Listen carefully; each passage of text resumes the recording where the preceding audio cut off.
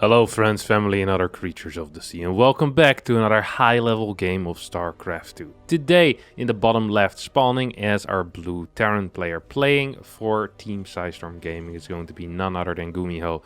And in the bottom right, as our pink PROTOSS player, it's going to be Dragon Phoenix Gaming Zest. Cheeky best of 5 between both of these guys.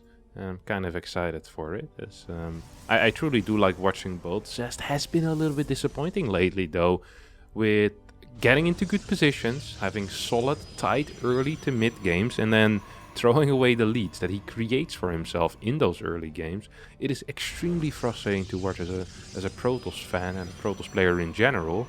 Of course, it's still nice to see a very tight and beautiful early game, but more often than not, he honestly just throws away these massive leads in the mid game by making nonsensical attacks. Or at least that's what it feels like very often. In the PvT matchup, he dropped out of the GSL because of some, well, debatable decisions as well in his series against Ryung.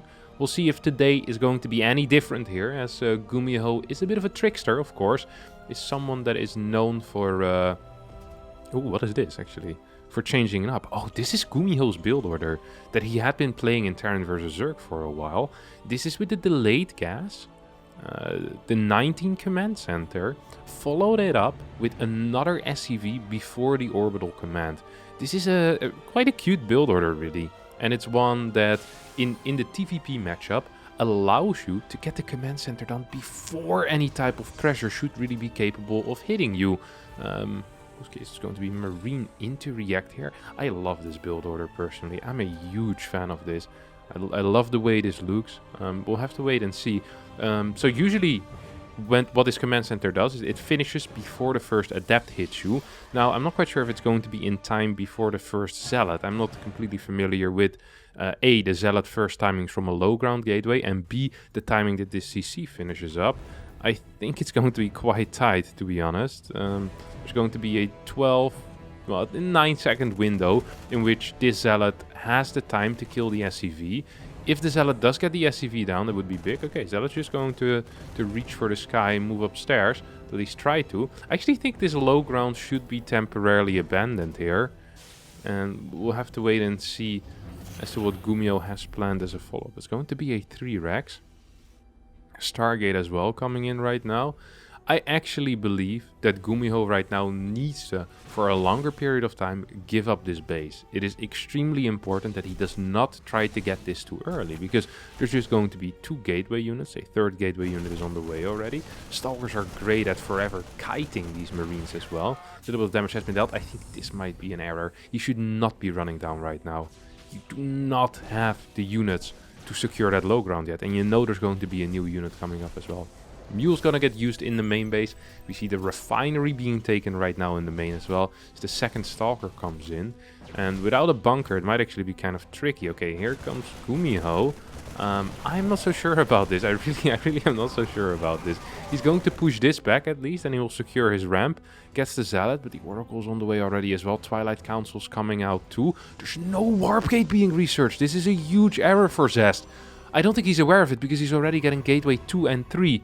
What a terrible mistake, but perhaps with these 2 Stalkers and this Oracle, he can actually deal some big damage. There's no bunker here. With the high ground vision, with the Revelation, he can just kite these Marines forever. And as there's not going to be any factory unit, no mine, no Cyclone, no tank, these 2 Stalkers might actually be able to win the game. Yeah, GG gets called.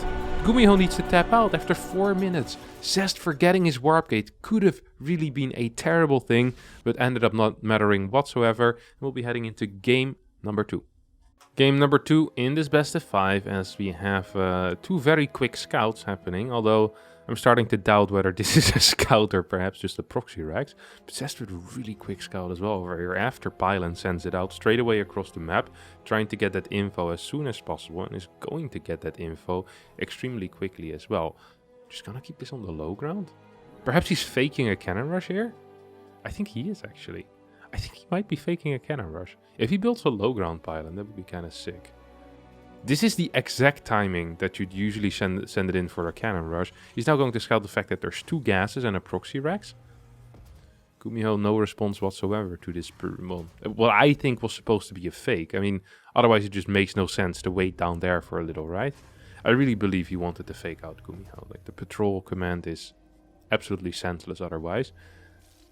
This looks like a pretty good start, by the way, here for Gumiho. His barracks is going to be unspotted. The gateway is on the low ground, which will result in the first unit being far away from the main mineral line. And that is most likely going to be an issue here for Zest. So the Reaper will be allowed to get in to the main base, take out 1, maybe even 2 workers before that first adept will be out. Zealot is going to be used aggressively here, but there will be a full wall, so I have my doubts on whether this is going to be too useful. Second depot perhaps should be built already. Sometimes there are some pylon block shenanigans, but Zest not really opting for that. Single gas.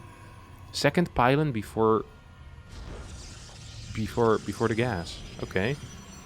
Bunker gets built in position in the main base right now. Not so sure what this is going to be doing. This Reaper is coming in. Will should honestly just ignore the Zealot here. Yeah, this is the correct call. And target down any of these probes. Oh, this is honestly not the greatest micro. Gets 2 hits from a unit with like half the movement speed. This has been really bad. This actually has been really poor control out of Gumiho. He's had almost 20 seconds and has not managed to kill a single worker. What is this? What am I watching? He pops out. This should have been... Give this Reaper to Maru, give this Reaper to Clem, and you're gonna get 4 or 5 worker kills here, guaranteed. Even if there is a Zealot, the Zealot does not actually do too much, because you can successfully shoot and kite, or kind of stutter step with the Reaper, without getting hit and without losing any major DPS, because the speed of the Reaper is so high. So this is extremely surprising. This should have actually been a really good start here for Gumiho. He should be up workers. He really should be up workers. Right now, he's equal in workers. Still not the end of the world. Of course, the Zealot always cuts a little bit in the workers. The Nexus, well, it's quite fast actually. So I'm not going to complain too much about that. And the Stargate follow-up against a mine drop. Now, there are some scenarios in which the mine drop actually kind of trumps that Stargate play. Like we could imagine a triple mine drop with an armory behind it. It could be very, very powerful. Has a lot of potential. It's going to be an Oracle first here. An Oracle into Phoenix or Oracle into Blink as continued Stalker production. I think this is the 3rd Stalker that we're seeing here, yeah. 3rd Stalker. 1 Zealot out, Oracle out as well. This mine drop is hitting rather late as well. Some sloppy execution out of Gumiho. Yeah, I'm a little bit sad by that. It really felt like the build orders lined up in a perfect way for him over here. And it just didn't really make it happen. That's what it feels like. Phoenix as a follow-up is probably the safest call that Zest could have made. See lots of Chrono Boost going down as well. Oracle's going to spot this medevac. Perhaps it didn't spot this medevac. Perhaps it spotted the medevac and said, hey, if that's a medevac with a bunch of mines, what do you have at home? And the answer is, well, honestly, very little. This Oracle's going to deal a lot of damage here, taking out 3, 4, 5 workers. Maybe even wants to get another one here. I mean, there's a little bit of energy left on that Oracle, of course. Indeed, Oracle or worker number 6 is going to fall. Worker number 7, 20 workers, or 24 workers against 40. The mine drop happens in the natural right now, Zest. Sloppy control. No, you gotta be kidding me. You gotta be kidding me. Okay. Well, loses 4 workers, not the end of the world. These 2 Reapers are continuing their reign of terror in the main base as well. And what they initially did not manage to do, now they will manage. Getting 3, 4 workers. There's no energy for lifts. No, one of them had energy for lifts. It's not being used though, not really being utilized. And this game is actually, although it doesn't look that great right here for Zest, it is probably closer than it looks in the supply. So there are some assets here for Zest. Okay, like I'll give you that. I mean, we have these 3 Phoenixes. We have an Oracle. We have a lot of Stalkers actually. Okay, I didn't quite see that. Oh, that's a lot of Stalkers. These Reapers once again gonna go in though. But even with that, if the tank pops out, this position will be secure. There's good infrastructure already here for Gumiho. He's getting 2 more workers as well. This is kind of nice, honestly. I really like how he is playing this with these Reapers. And although I did not like the early game, I did not like the start, this looks like it might actually be good. 8 Marine drop as well. This is risky, as it exposes himself to harass from Phoenixes. And at the same time, it also exposes this medevac to, you know, these Phoenixes, because it might die against the Phoenixes if it gets caught. This could go really, really poorly from this point on. Bit of a supply block as well here for Gumiho. Uses the supply drops, going to end up losing 3-4 workers here. Maybe a little more if this Oracle had actually participated in the fight as well. Marine drop is going to head into perhaps a bit of a dead spot here. This tank was blocking the Cyclone from going in towards the main base, by the way. Not sure if you guys noticed that. Is this... did that probe spot it? I don't think he did. Stim is done here, and Gumiho can just stim in at this point. That could be big. That could be very big. Started by attacking a... What was it? The Nexus or a pylon? He attacked something here that he shouldn't have, I think. It's going to get 11 workers practically instantly. Gets out with the medevac as well, which is honestly huge. And, well, okay, I guess he doesn't really get out. Okay, yeah, that was... Sorry, he did not get out. That's not the escape from prison that I was imagining there, my friends. No way. No, he's staying in. Everything there died. That's frustrating. Immediately sends in the next medevac as well. Do I like this? I don't mind it. Kind of getting into another supply block here, by the way. Last supply block, you had to use a supply drop. And ever since then, didn't add any extra depots. And now it's once again supply drop. So, yeah, Gumiho a little bit sloppy when it comes to the mechanics. A little bit sloppy in that macro, in the control. But his decision making, as always, has kind of been on point, honestly. And we'll have to wait and see whether this extra medevac will be capable of doing something. There's no recall available, obviously. Moves in immediately with this medevac probe pool. Can we get these probes to pull immediately, Zest? No, we want to stand still and do nothing for a bit. Okay, I dig it. Loses 3 workers. We'll end up pulling them away, though. Well, every single one of these Marines is going to get lifted. +1 finishes up here for Zest. And it's kind of funny, this situation in which Gumiho now has a very small army, but a rather large eco. This tends to be the opposite of what you usually see in PROTOSS versus Terran, in which the PROTOSS has a superior economy, but a smaller army. Where often, as a Terran, you're working with like a 20-25 army supply advantage. Another single medevac drop is being sent out. This time it gets spotted. This needs to return home. This is suicide. Yeah, there we go. Boost back home as well. I think that is 100% the correct call. Zest spots this base. Should probably try and deny it from building. I mean, there's really no defense here whatsoever. It's so close to being done, though. One more SCV will move over there. The funny thing is that it's really scary for Gumiho to move over towards that third base, because he knows that charge is already done. He spotted the gateway. This medevac, by the way, extremely ballsy. I love that. Getting spotted by the pylon and saying, hey, I think I can just go further towards the left side. Pretended to make a U-turn and then continued speeding on.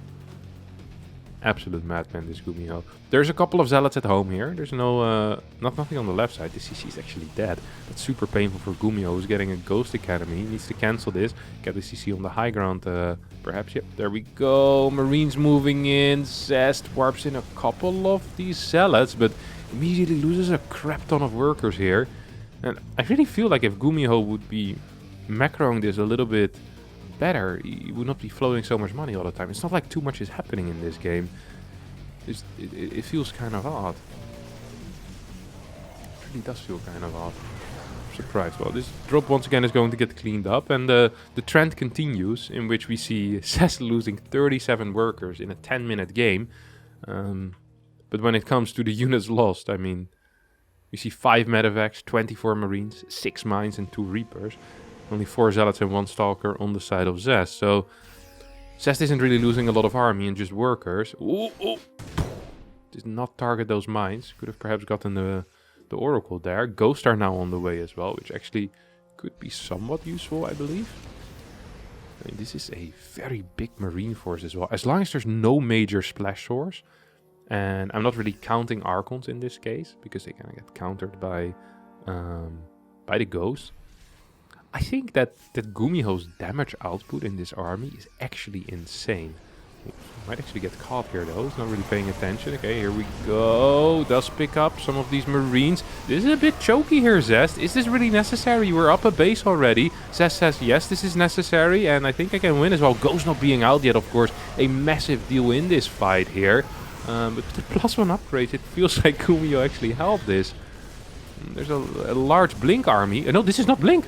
This is a pure Stalker army without Blink right now. That means that a bunch of these Stalkers are going to get taken out. I do not like this. I still think Zest is in a lead, a pretty big lead as well. Especially given the fact that he has a 2k resource bank. But that was a fight that I don't think he needed to take. I don't believe so. He could have waited till Gumiho wanted to take that third base. I mean, you're outmining your opponent in a very big way. And right now, this has some real potential, this fight. I really like this fight. A couple of lifts on the Ghost, on a couple of Marines maybe there. I see one Ghost indeed floating in the sky. Once again, Zest actually is going to get pushed back here. 8 more Zealots being warped in. No fourth base on the way yet. No extra splash tag either. We don't see a Robo Bay. We don't see Storm being researched. Honestly, Storm would be kind of useless at this point as Ghosts are out already. +2 attack on the way. Marine count at 16. There's still one tank here as well. Phoenix is coming in for a little bit of harassment. We'll take out 2 of these SCVs as more mines are being set up defensively as well. And as these mines have the ability to stay hidden. Well, actually, it's not going to matter. There's an Observer, there's an Oracle as well. Yeah, never mind. No, that doesn't do anything. That is absolutely useless. 4 more Archons are being produced, though, and the Ghost count isn't large enough to truly deal with this. Couple of these mines are going to get taken out. 2 of them will get picked up for free. There's still one mine here in the bottom that probably is a free target as well. If Zest realizes that, I don't think he quite saw it. So there's some first-person action here out of Zest taking a fort base right now. Does he see that mine? Well, a little bit too late. We'll take down a lot of crap. We see the lift on the Ghost here. At the same time, yeah, there's just too many Archons. There's no EMPs. And with the tanking power of the Archons, the flank of the Zealots, the Stalkers shooting down the depots, potentially supply blocking Gumiho if they take out 15 depots, I think this game is just going to be over. And Zest will take a 2-0 lead in this best of 5. Gumiho for now staying in a little longer. Yeah, GG does get called as Zest wins game number 2 as well. Game number 3 is played here on 2K Atmosphere. Gumiho on the top right is the blue Terran player. Zest, our pink power PROTOSS. In the bottom left, Dragon Phoenix Gaming, of course, here. Opening up with a bit of a Reaper wall here on 2K Atmosphere.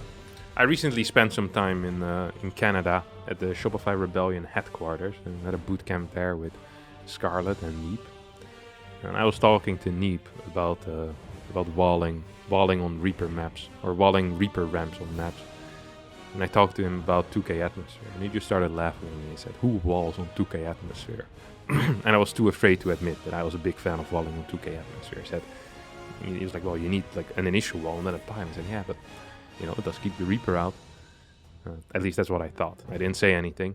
I later had played out the conversation in the shower again, thinking what I should have said. And I should have said, "I believe in the Reaper wall. I think the second pylon or the third pylon there is not that big of a deal, Neep. You can go deal with it. I don't care what you say." I didn't do that. I just accepted his wisdom. Often better as well. I noticed that after years of being a StarCraft pro, the greatest thing you can do to get other people to share more information is just by keeping your own opinions out of it. Only say something when you're asked. Because you don't want to, intrude. You already know what you know, but you don't know what the other people know yet. So it's a lot more interesting for you to hear them talk than to hear yourself talk. Obviously, if they want to have some of my input, I'm glad to share it. But yeah, if they don't ask, no need to say anything. You're gonna learn way more from them than you're gonna learn from yourself. Majority of the time. Sometimes it's good to get your stuff fact checked though, If you are talking and then they say, "Oh, why do you do this?" And then you tell them your reasoning, and then he goes, "Oh, well, but I think X or Y is better." So there's obviously some use to getting everything fact checked. But yeah, very often other people they just look at things so different than I do, and often in a better way as well. Quite honestly, not the brightest bulb in the box. Who is the brightest bulb in the box though? Is Zest. He's very bright. He sent a Zealot across the map, walked into a factory, and said to himself, "Well, that was a successful journey. Let's head back home." I'm glad that he built the Zealot, got 2 workers for that, spent 100 minerals, and now he's going to lose the units for free. And this is why I absolutely love building Zealots in this matchup as a first unit. They're just so darn useful. Look at this. Gumiho, although he started with a proxy Rex, even in workers right now. Oh yeah, the Zealot's going to survive. Whoop-de-doo. We have a couple of Hellions on the way as well, so it's going to be... Oh, this is a really cool build actually. Okay, I love this build. This is a build we saw in the GSL. I want to say Cure played it, but I don't think he did. Maybe it was... I can't recall what Terran did this. It was a trip... Maybe actually just was Gumiho as well.